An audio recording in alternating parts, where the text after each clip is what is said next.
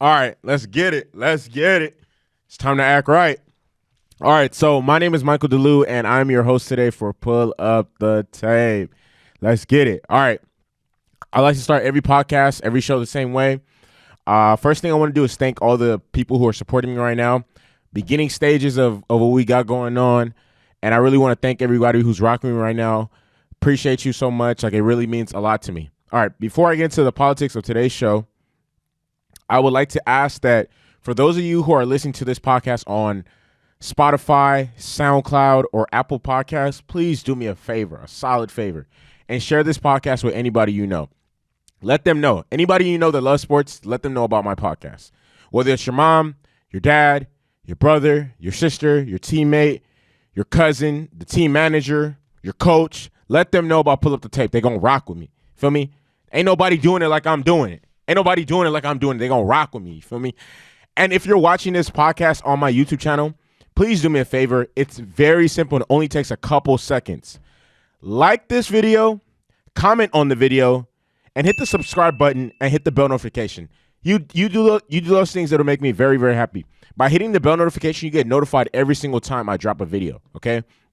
I got a lot of stuff that's coming in the future, in the works right now, that I'm getting together. I'm just assembling my team to help me continue to move this forward in the right direction. But continue supporting me. Like, comment, subscribe. Tell everybody about this podcast, and let's make a movie. Let's shake the room. Let's F up the industry, all that. It's time.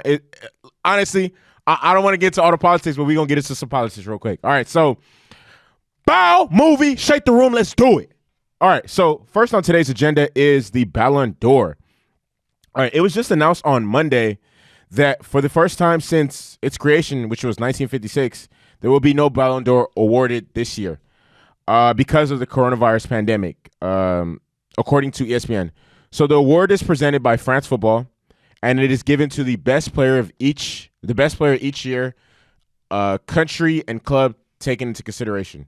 So because of the COVID virus, international play has been halted, and the board and directors who give out the award feel like that's not a fair indication as to who should be able to receive the award this year, because international play is not going to happen for a considerable amount of time, because the Euros was supposed to happen. The Euros were actually supposed to be happening right now, but because of it might have ended by now. Yeah, it would have ended already, but that tournament should have happened already, as well as a lot of other international tournaments that should have taken place this summer. They decided that a shortened and canceled season will prevent a fair judgment this time around. So this is the actual statement from the editor-in-chief. There will be no addition in 2020 because it turns out, after thoughtful consideration, that all the conditions are not met. We believe that such a singular year cannot and should not be treated as an ordinary one. Which, I don't know if I agree with that 100%, but I understand where they're coming from, and whatever. So, for those of you who don't know, Messi won the 2019 award for the record 6th time, and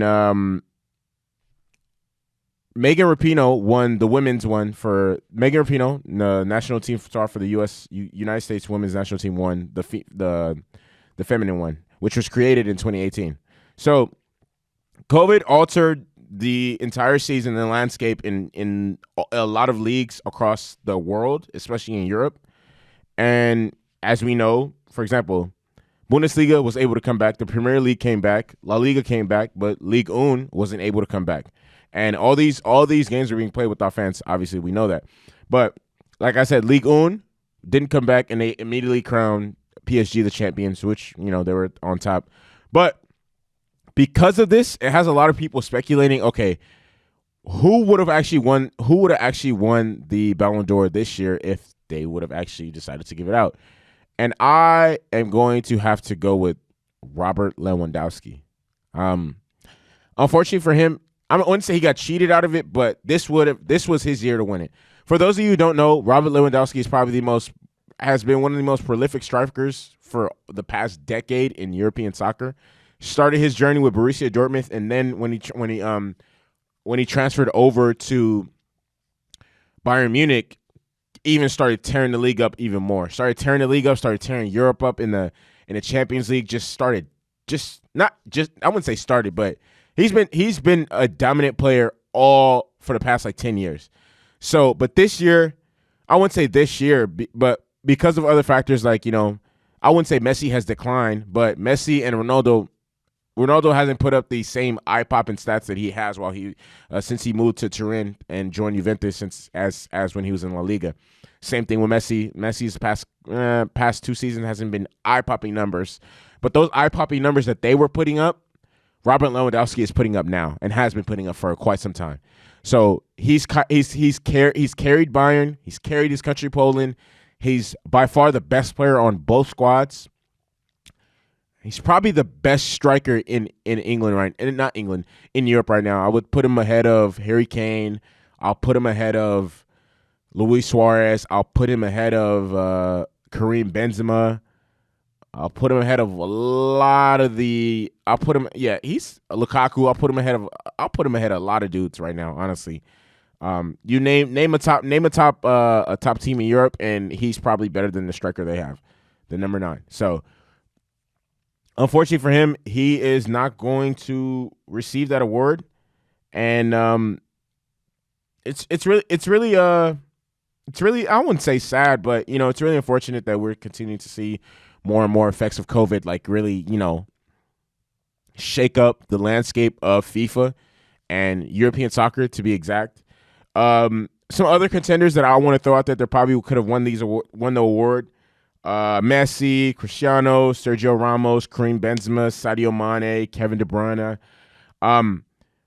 He would have won it above all those dudes, to be honest.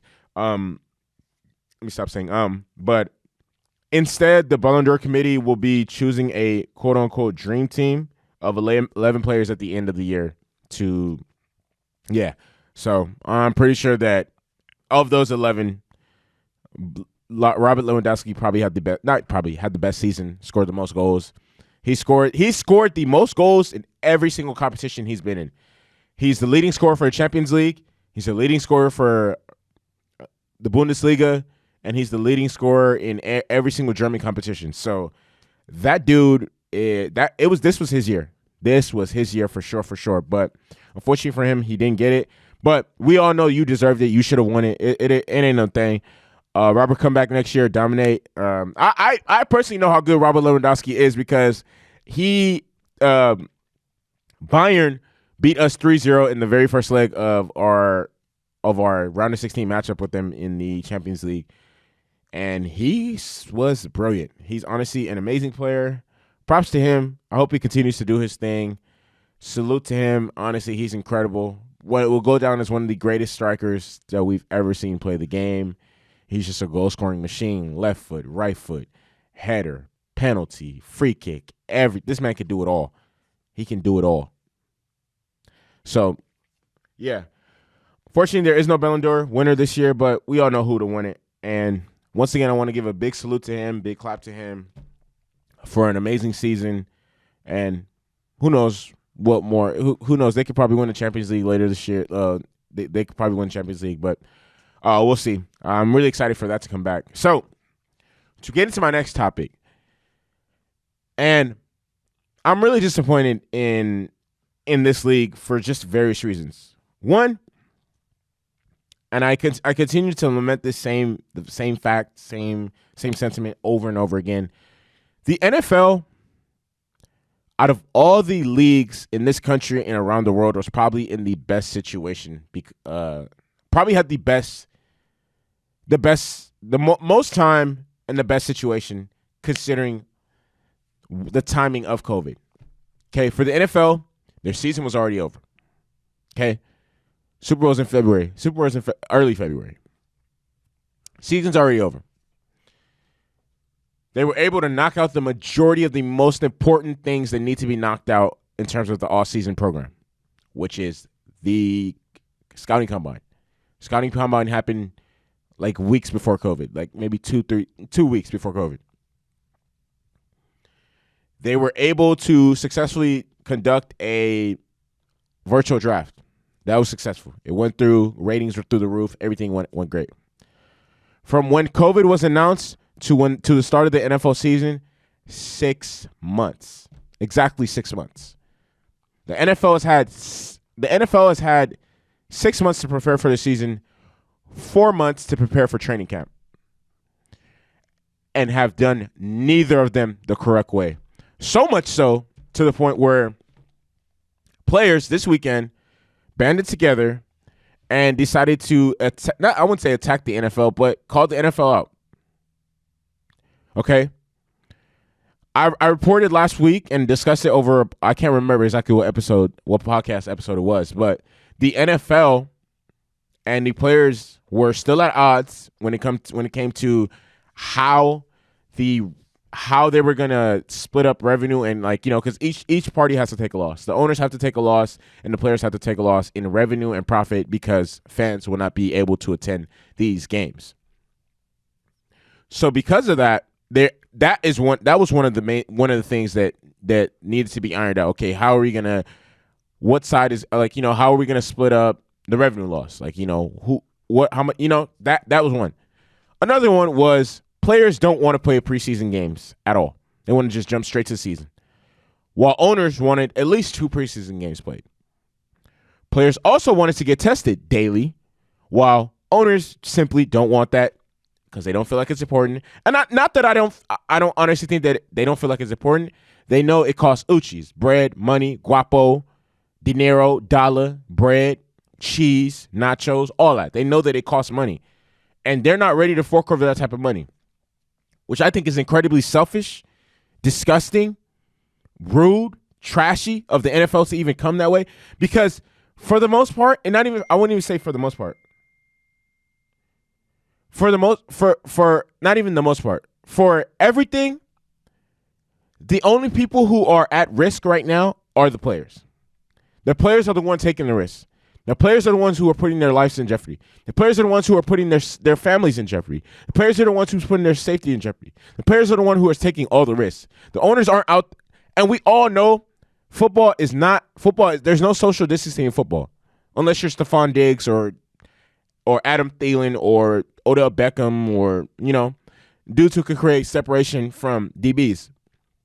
It's a contact sport, okay? Even in the huddle, boom, all right, break. We all come on now. There is no 6 feet social distancing with what the players are asking for is fair. Give them daily testing. Make sure there's no preseason. You guys are not the ones taking the risk. Come on now. This makes no sense. All right. So they've had X amount of time to negotiate. Nothing has been solved. Nothing. So much so to the point where players banded together on social media and echoed the following sentiments. How disappointed they were in the NFL for not being able to come to a resolution. It's been weeks of debating with them and the NFLPA. Nothing. Okay? So I'm going to read what the president of the NFL Players Association said. He said, "What you are seeing today is our guys standing up for each other, for their work their union leadership has done to keep everyone safe as possible. The NFL needs to listen to our union and adopt the experts' recommendation. # we want to play." All of them this week on Twitter, Instagram, have used the hashtag we want to play, as they need the NFL to listen to them as well as the expert guidelines on how to safely open training camp in the midst of the coronavirus pandemic. And what I was so proud of was the players with the biggest platforms were the ones speaking up. Patrick Mahomes, Russell Wilson, DeAndre Hopkins, Todd Gurley, Aaron Donald, Jarvis Landry, to name a few, Drew Brees, J.J. Watt. And I'm gonna read these tweets. I'm gonna put them up. Drew Brees, we need football. We need sports. We need hope. The NFL unwillingness to follow the recommendations of their own medical experts will prevent that. If the NFL doesn't do their part to keep players healthy, there is no football in 2020. It's simple. Get it done, NFL. Patrick Mahomes, getting ready to report this week, hoping the NFL will come to agreement with the safe and right protocols. We can feel protected to play the sport we love. # we want to play. Richard Sherman, The NFL has ignored the safety recommendations from their experts that they hired. We all love this game and want to go out and compete with our brothers. The NFL needs to provide safe work environment for us to do that. Hashtag we want to play. Aaron Donald, it's a shame that the NFL doesn't care about their part to keep the players healthy and safe. They need to make sure football can come back the right way. We need to look out for ourselves as well as our families. Hashtag we want to play. DeAndre Hopkins, do y'all want to see this? Before players can go back to work, the NFL needs to address the health and safety concerns from their own experts so we can remain healthy. If you want the Arizona Cardinals to play a full season this year, help us by telling the NFL, hashtag we want to play. Russell Wilson, peep this. I am concerned. My wife is pregnant. NFL training camp is about to start, and there's still no clear plan on player health and family safety. We want to play, but we also want to protect our loved ones. Hashtag we want to play. And the last one, J.J. Watt.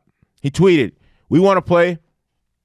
We want to be safe as possible. The NFL can mandate that players show up to training camp regardless if any agreement has been reached between the NFL and NFLPA. We still have not granted the full and proper training camp acclimation period necessary as recommended by the medical and training staff. We still don't know if there will be daily testing or every other day testing, etc. We still don't know if there will be preseason games or not. We still don't know how positive COVID tests will be handled in regards to others close in contact. In the huddle, directly engaged. Exactly. A strong and fair out clause for those at higher risk or those with family members at higher risk still have not been agreed upon. If players don't show up on time, they can be fined, considered, or breached, even if health and safety protocols have not been agreed upon. Infectious disease emergency response plans have been approved. We want to play. The NFL looks goofy and looks disgusting right now. Come on now.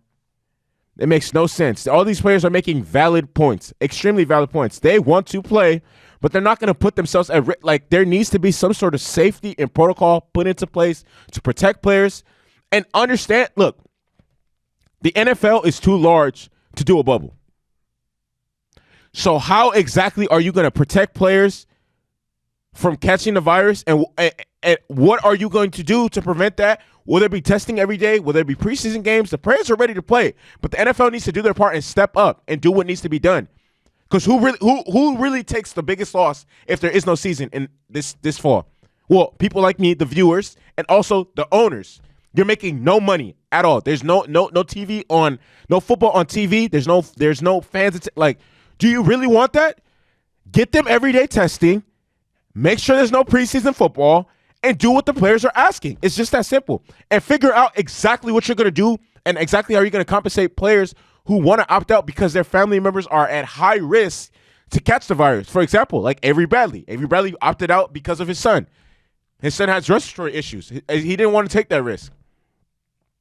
How are you going to accommodate those type of players? Okay, there needs to be some sort of common ground and solution to that. Stop playing with these dudes, man. Get it right, bro. Stop playing. Get it right. Bunch of goofies sitting up in that office, acting like children. Come on now. The players are not acting for anything that's irrational, unreasonable. The players are being responsible and fair to the league. Come on, man.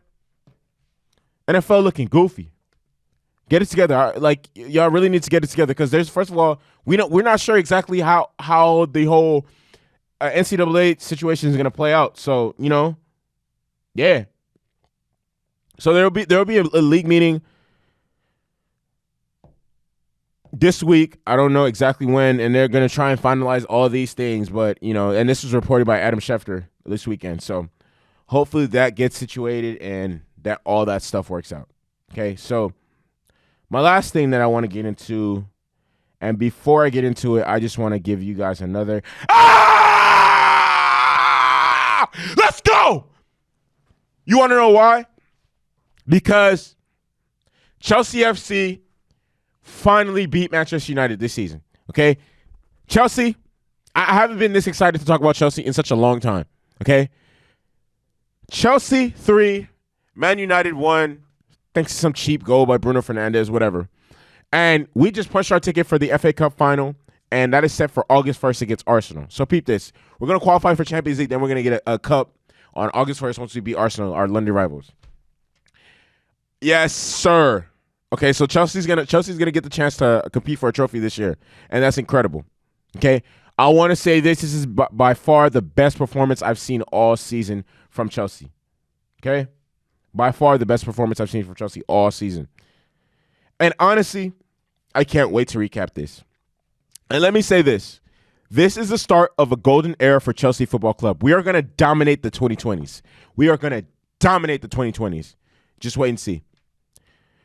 For those of you who don't know, Chelsea is the love of my life, my main chick. If you cut me open, I bleed blue. I've been a Chelsea fan since 2010. So as soon as I fell in love with the game of football, football, for those of you, I don't know where you're watching this. You're watching this in London. You're watching this in Texas, whatever. Football, soccer, whatever.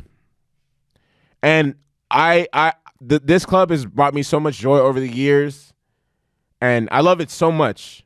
And I honestly truly feel like we're about to witness like some of the best years in our club's existence.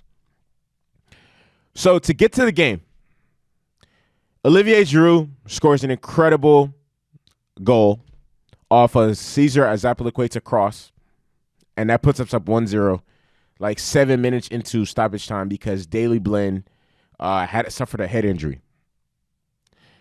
And then the first minute of the second half, Mason Mount scores a goal after he intercepts a pass. Moose goes forward, hits the ball low and hard, and scores, putting up Chelsea up 2-0. Although both of these two goals could have been saved by David De Gea, but hey, whatever.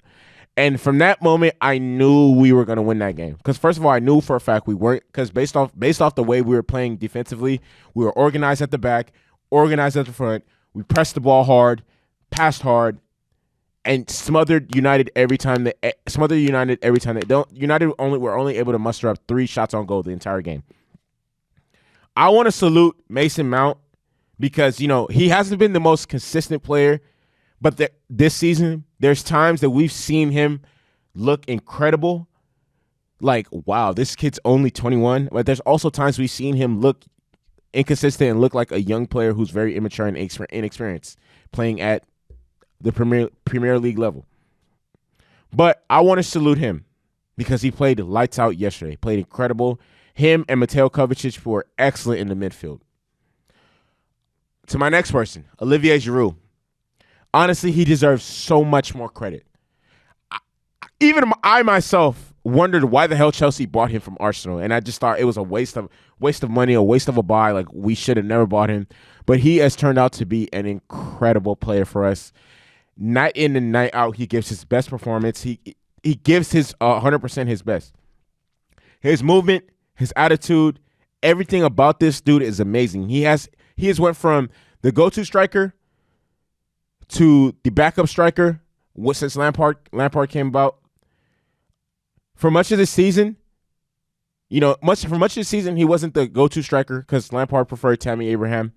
But regardless of that, Giroud trained hard, played hard with the minutes he was handed, and excelled in his role. Anytime he started, you knew he was going to give 100% his best foot forward. Reece James played incredible. Every time he gets the ball, he's attacking, moving forward, and trying to fill in crosses, and he's always looking for the striker. I love Reece James. Mateo Kovacic played lights out. All of Chelsea's starting 11 played incredible. I specifically want to salute the young guys. Reece James, Mason Mount, Tammy Abraham, Christian Pulisic, Billy Gilmore. All these dudes have played incredible at different parts of the season. And I really like, I'm so excited and so happy for these dudes because they've really like grown up and developed in front of our eyes. I know these dudes are young and have been inconsistent from time to time, but time and time again, they do show up in big games. They do put their best foot forward. Like, for example, the group stage game against Ajax in November.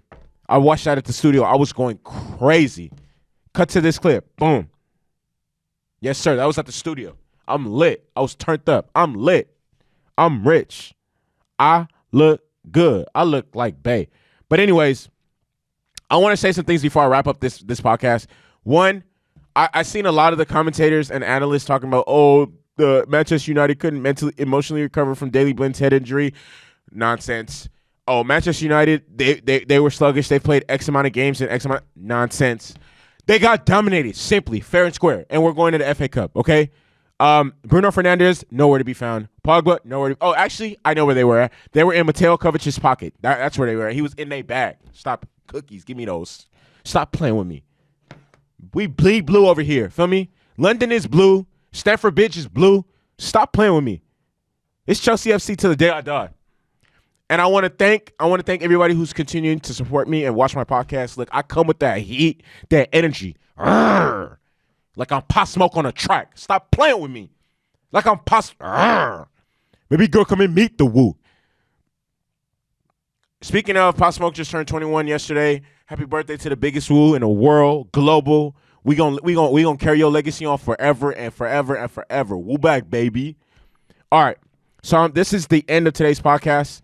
I want to thank everybody for listening, for tuning in, for rocking with me.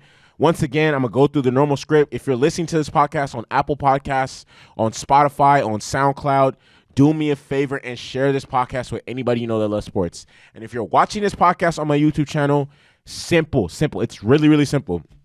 Like this video. Just hit it's this button. Comment on it. Just let me know how you feel about anything I discuss. I love interacting with you. I'm going to respond, all that. And subscribe and hit the bell notification. That is going to tell you exactly when I upload new videos. And I told you I got work coming. I got heat coming. Like Pop Smoke on the track. I got heat coming for all y'all, for all my sports fans, for all my Chelsea fans, for all my Laker fans, for all my Jaguar fans, all my USC Trojan fans, all my Arizona State Sun Devil fans. Feel me? I got heat coming for all you guys. Shake the room. Movie. Bow. We going to shake up the industry. Let's get it. Subscribe today. Don't play yourself.